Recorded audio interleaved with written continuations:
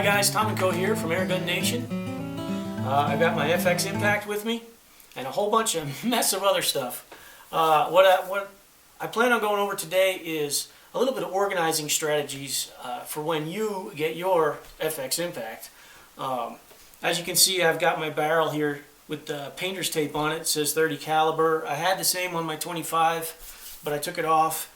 So I just want to go over maybe some options or some ideas that might help you guys out. So another thing I've got in front of me is my brand new Hawke Sidewinder. You'll notice I still don't have a scope on my Impact. That's because I've been waiting for this baby.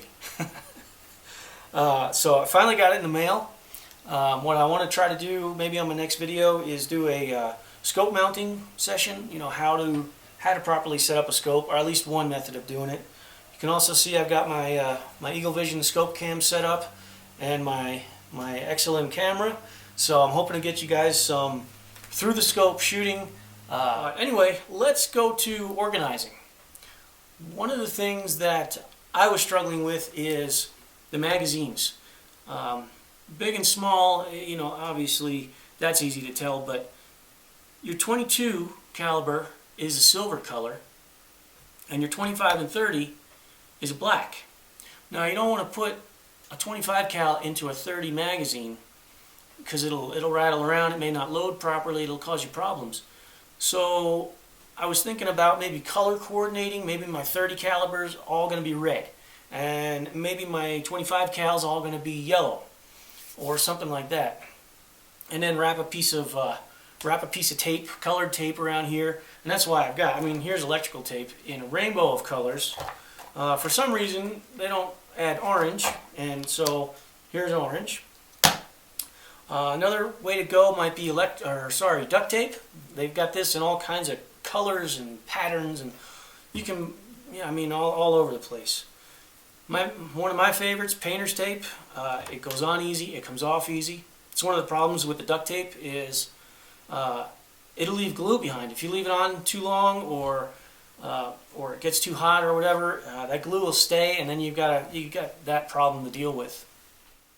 So let's go over my magazine idea. So the 22 caliber, as you can see, is silver in color, so that's pretty easy to tell. Also, the hole in the back is pretty darn small, so it kind of sets itself apart.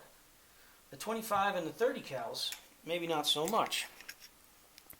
Okay, this is a 25, that's a 30. You can see the holes a little bit bigger, but you know, I wanted to come up with a way that it's really going to distinguish these. They're both black. On my 30s, I put the blue painter's tape, and I did it in such a way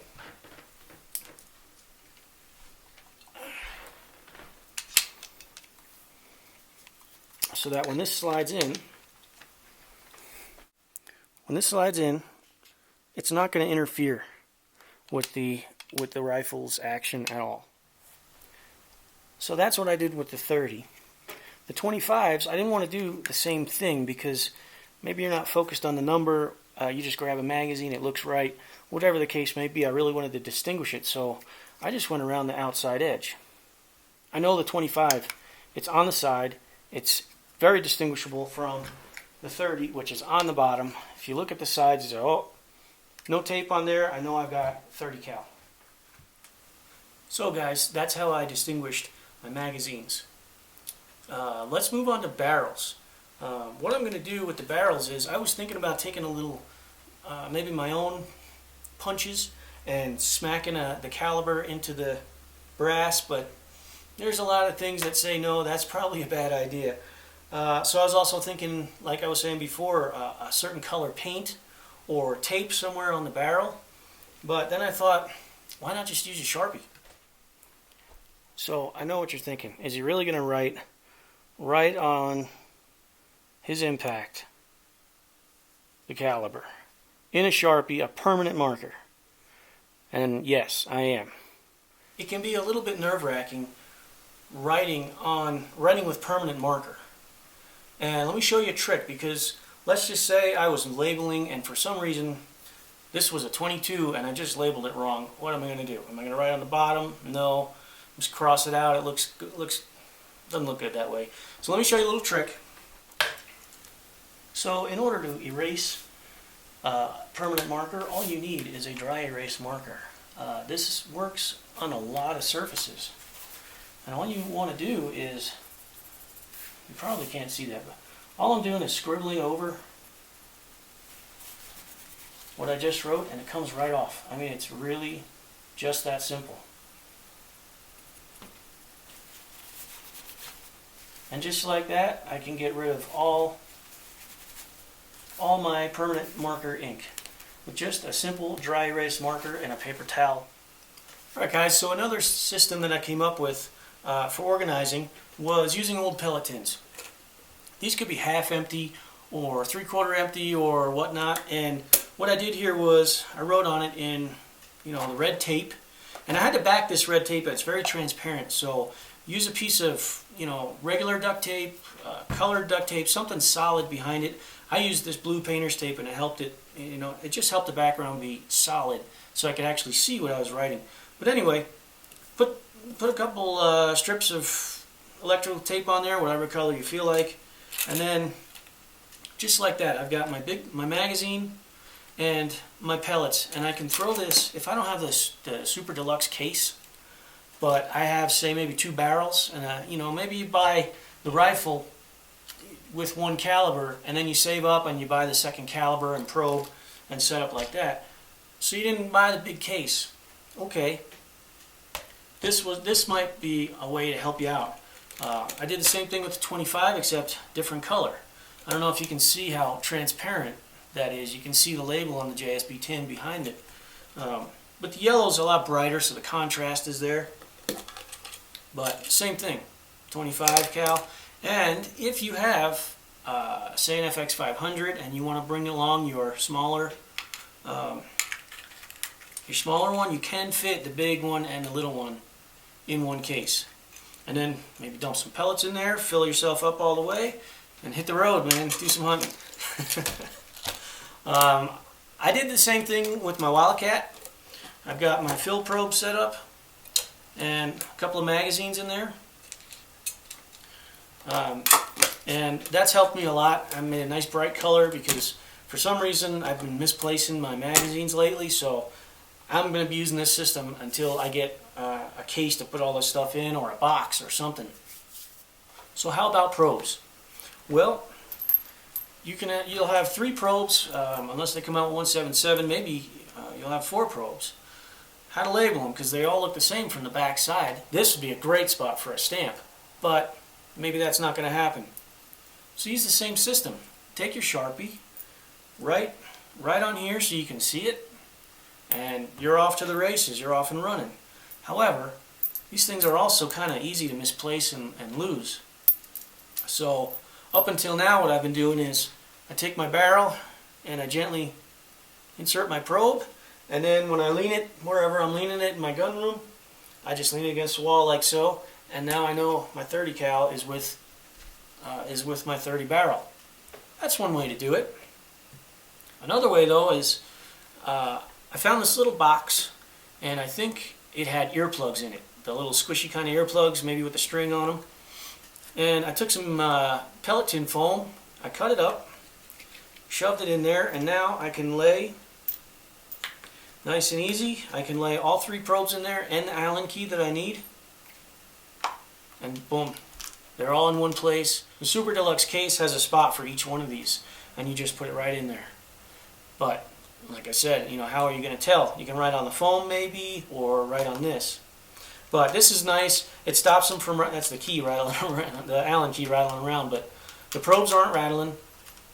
They're held in there nice and snug. So maybe that's something you want to look for in anticipation of having multiple probes.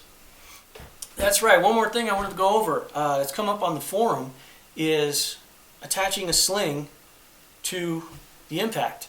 And I've got this Magpul system. It is the Magpul MS4 Dual QD Sling. It can be used as a single or a double point via the little quick release button there. And then on my impact, I put it's the still Magpul, but it's called the RSA QD Rail Sling Attachment. So it's real easy to use. I'm going to move the table and then I'll show you.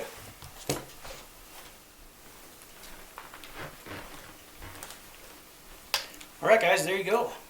Single point sling attached to the FX Impact. It is possible. It's pulling up at almost a straight angle here, but I think if I put a scope on, it'll be hanging just a little bit lower. So maybe I put this up a few notches and see how that works. But there you go. Hands free, you can walk all around and do your thing and do your thing in the woods. And let me throw a scope on here real quick. I got one sitting over there, and we'll see how it works with the scope. So there you have it with the scope. I don't know if you guys can see this very clearly, but I'm not actually touching the scope. There's a little bit of room right there. So that's good. I'm not bumping into my focus knob or anything else.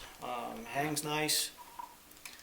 You do want to put your bipod legs up, otherwise they're going to be banging into your leg as you walk. But there you go. I'm not one much for using slings. I got this. I went on Rolaids' YouTube channel and I found this system for my Bobcat, and then I sold off my Bobcat and kept the sling just in case. So it looks like I might be using it again. And we can come right up and shoot and it doesn't interfere. And then right back down again.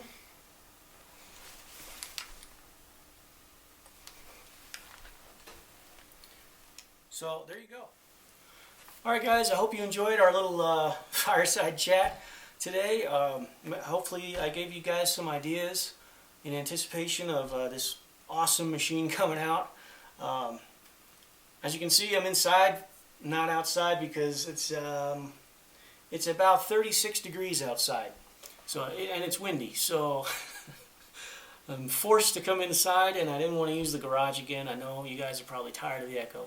So that's all I got for you today. As usual, check me out on AIRGUN Nation, Tom & Co's Impact, and happy shooting.